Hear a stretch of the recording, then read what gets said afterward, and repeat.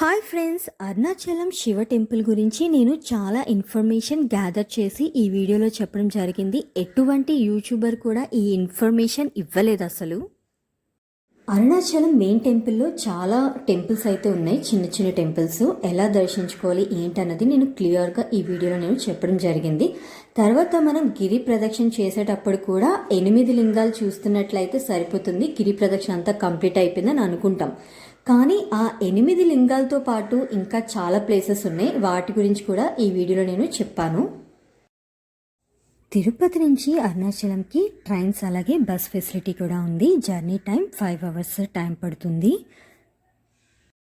మీరు ట్రైన్లో లేదా బస్లో వచ్చిన తిరునావన్మలైలోని మీకు బస్ స్టాప్ రైల్వే స్టేషన్లో దించేస్తారు. అక్కడి నుంచి మీరు మెయిన్ టెంపుల్కి వెళ్ళాలంటే 200 తీసుకుంటారు పర్ పర్సన్కి. మీరు బార్గెన్ అయితే ఖచ్చితంగా చేసుకోవాలి. మీరు మీ ఊరు నుంచి తిరునావన్మలైకి డైరెక్ట్ ట్రైన్స్ అన్ని ప్లేసెస్ నుంచి ఉన్నాయి. కాకపోతే ఇది ఏంటంటే టికెట్స్ దొరకవు. మీరు ఒక 3 months బిఫోర్ అయినా టికెట్స్ అడ్వాన్స్ బుకింగ్ చేసుకోవాలి.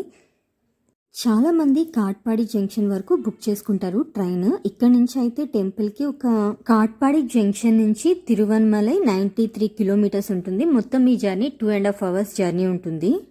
తిరునావన్మలై బస్ స్టాప్ లేదా రైల్వే స్టేషన్ నుంచి టెంపుల్కి 2 kilometers డిస్టెన్స్ ఉంటుంది.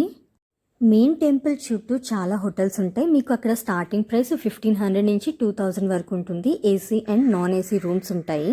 మీరు అరుణాచలం వెళ్ళాలని ప్లాన్ చేస్తే ఖచ్చితంగా అక్కడ 3 days ఉండి అన్ని ప్లేసెస్ చూసేటట్టు అయితే బాగుంటుంది. ఏమీ చూడకుండా జస్ట్ గుడికి వెళ్ళామా వచ్చేసామా అన్నట్టు కాకుండా మిగతా గిరి ప్రదక్షిణలో ఏ ప్లేసెస్ ఉన్నాయి కూడా చూస్తే మీకు కంప్లీట్గా మనం అరుణాచలం చూసామన్న హ్యాపీనెస్ అన్నది వస్తుంది. టెంపుల్ ఎంట్రీ ఫ్రీ ఎంట్రీ ఉంది. అలాగే 50 rupees టికెట్ కూడా ఉంది. మీరు పౌర్ణమి రోజు అలాగే స్పెషల్ డేస్ తమిళనాడు కార్తీక మాసంలో వెళ్ళినట్టయితే టెంపుల్ అనేది చాలా రష్గా ఉంటుంది. అప్పుడు మీరు 50 rupees టికెట్ తీసుకున్నా కూడా మీరు చాలా అవర్స్ అయితే మీరు లైన్లో క్యూలో అన్నది ఉండాలి. మీరు నార్మల్ డేస్లో వెళ్తే ఫ్రీ ఎంట్రీలో వెళ్ళినా సరిపోతుంది. మీరు ఇన్ కేస్ గిరి ప్రదక్షిణ చేయాలనుకుంటే రాజగోపురం దగ్గర నుంచి లెఫ్ట్ సైడ్ నుంచి స్టార్ట్ చేయాలి. మీకు గిరి ప్రదక్షిణ కంప్లీట్ అవ్వడానికి 6 hours టైం అన్నది పడుతుంది. మీరు ఫాస్ట్గా నడిస్తే ఒక 5 hours or 4 hours కంప్లీట్ అవుతుంది గిరి ప్రదక్షిణ అన్నది. నైట్ టైం అయితే టెంపుల్స్ అన్ని క్లోజ్ చేసేస్తారు. ఈవినింగ్ టైం 5కి స్టార్ట్ చేయండి లేదా ఎర్లీ మార్నింగ్ స్టార్ట్ చేయండి. గిరి ప్రదక్షిణ మొత్తం 14 kilometers ఉంటుంది. అష్టలింగాల్ని దర్శనం చేసుకొని అలాగా గిరి ప్రదక్షిణ చేస్తూ ఉండాలి. మీరు ఇన్ కేస్ నడవలేకపోతే ఆటోలో కూడా గిరి ప్రదక్షిణ అన్నది చేయొచ్చు. ఆటో వాళ్ళు ఈచ్ పర్సన్కి ఒక 250 rupees అన్నది తీసుకుంటారు. తర్వాత అష్టలింగాల్ని చూపిస్తారు. మనకి అరుణాచలం శివ టెంపుల్ వచ్చేసి టైమింగ్స్ మార్నింగ్ 6 నుంచి ఆఫ్టర్నూన్ 12 వరకు ఉంటుంది. అలాగే ఈవినింగ్ 4 నుంచి నైట్ 8 వరకు ఓపెన్లో ఉంటుంది. మెయిన్ టెంపుల్లో ఇప్పుడు ఏం చూడాలో నేను చెప్తున్నాను. మనం రాజగోపురం నుంచి ఎంటర్ అవుతాం కదా, ఆ రాజగోపురం ఎవరు కట్టించారో తెలుసా? శ్రీ కృష్ణదేవరాయ గారు కట్టించారు. ఆ గోపురం 217 feet ఉంటుంది. వలైకాపు మండపం నేమ్. అక్కడ మీరు గనక ఆషాఢ మాసంలో వెళ్ళినట్టయితే అక్కడ అమ్మవారికి గాజుల పండగ అన్నది చేస్తారు. మీరు వెళ్ళినప్పుడు ప్రయత్నించండి 1 లేదా 2 గాజులు తీసుకోవడానికి. ఆ గాజులు మనం వేసుకున్నప్పుడు సౌభాగ్యం అని చెప్తారు. లెఫ్ట్ సైడు శివగంగా తీర్థం ఉంటుంది. రైట్ సైడు 1000 కాల మండపం. ఇది కూడా శ్రీ కృష్ణదేవరాయ గారు కట్టించారు. అందులో శిల్పకళలు చాలా బాగుంటాయి. ఎంత కట్టించారంటే తుఫాను అలాగే వరదలు వచ్చినప్పుడు ప్రజలు ఎక్కడుంటారని ఆలోచించి ఈ మండపం అన్నది కట్టారు. ఈ మండపంలోనే కిందకి దిగినట్లయితే అక్కడ పాతాళ లింగం అని కూడా ఉంటుంది. మీకు నేమ్ బోర్డు కూడా అక్కడే ఉంటుంది. పాతాళ లింగంకి ఎలా వెళ్ళాలి ఏంటన్నది కూడా. ఇది ఒక సిద్ధుడి మండపం. రమణ మహర్షి ఇక్కడే మెడిటేషన్ చేయడానికి వచ్చేవాళ్ళు. ఈ మండపం పక్కనే ఒక నందీశ్వరుడు చాలా పెద్దగా ఉండి మండపంలో ఉంటారు. ఈ నంది ఎవరు పెట్టించారంటే బల్లాల మహారాజ్ గారు పెట్టించారు. అలాగే ఈ టెంపుల్లో అష్టగణపతులు కూడా ఉన్నారు. అవైతే మనం క్లియర్గా చూసినట్లయితేనే తెలుస్తుంది. వీడియో స్టార్టింగ్ లో మీరు చూసారు కదా, ఒక దంపతులు మ్యారేజ్ చేసుకోవడం. అదేంటంటే కళ్యాణ సుందరేశ్వర టెంపుల్ లో మ్యారేజెస్ అన్నవి అవుతాయి. అక్కడే కాలభైరవ టెంపుల్ కూడా ఉంటుంది.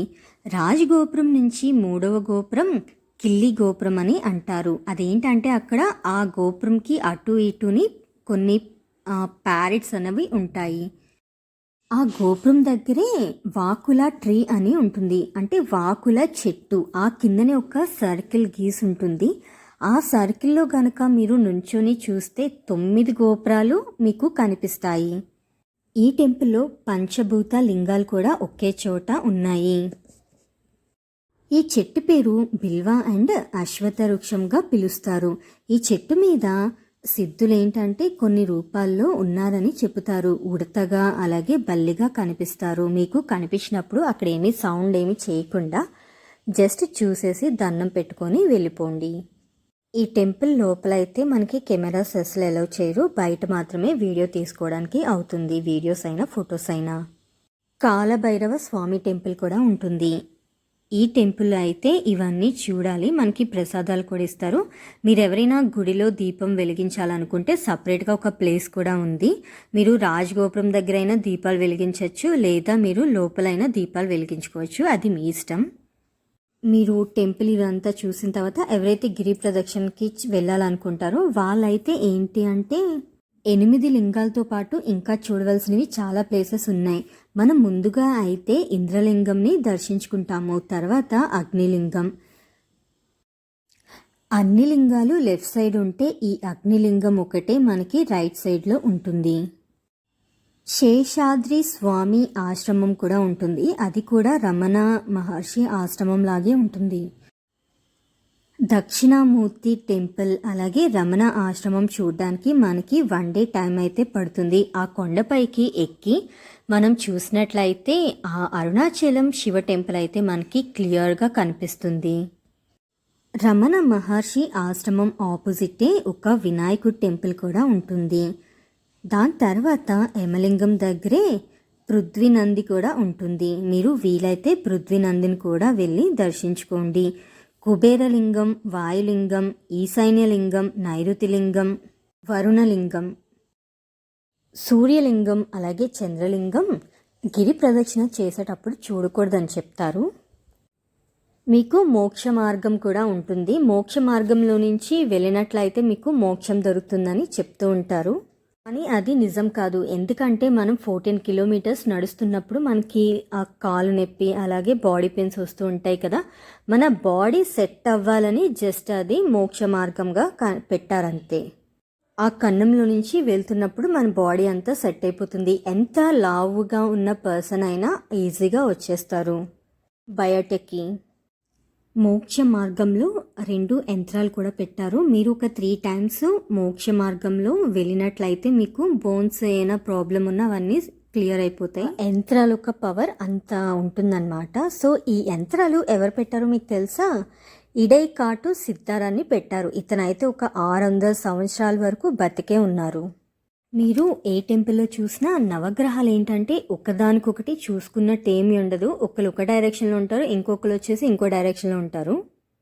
ఆ నవగ్రహాలు ఒకదాన్నొకటి చూసుకుంటే చాలా ప్రాబ్లమ్స్ వస్తున్నాయని ఇడైకాటు సిద్ధార్ గారు ఆ నవగ్రహాల్ని పిలిచి కిందకి ఇలాగా ప్లేసెస్ ఒకరినొకరు చూసుకోకండి, ఒక్కొక్కరు ఒక్కొక్క డైరెక్షన్లో ఉండండి అని వీళ్ళే అలాగా సెట్ చేశారంటే ఈయనే.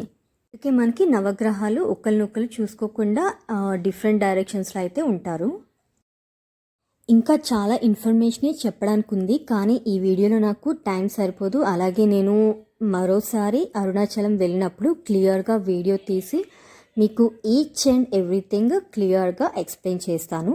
నేను చెప్పిన ఇన్ఫర్మేషన్ కొంతమందికైనా నచ్చిందని అనుకుంటున్నాను.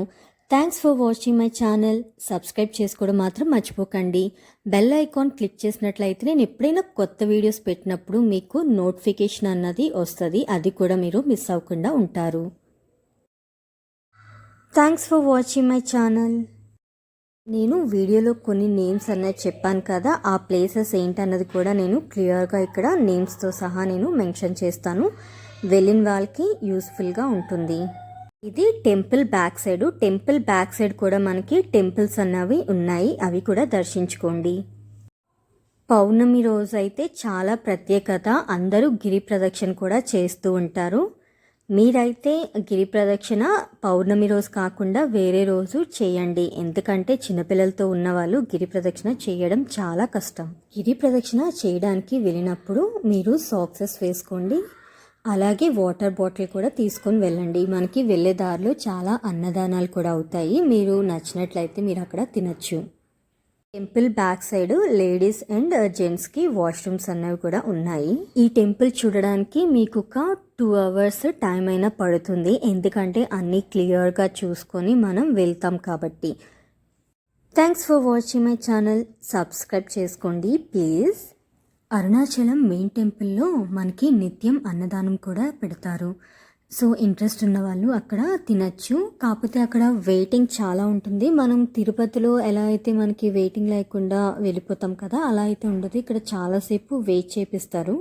మేము వెళ్ళినప్పుడైతే ఒక 1 hour వరకు వెయిట్ చేసాము. 1 గంట తర్వాత కూడా వాళ్ళు పిలవలేదు.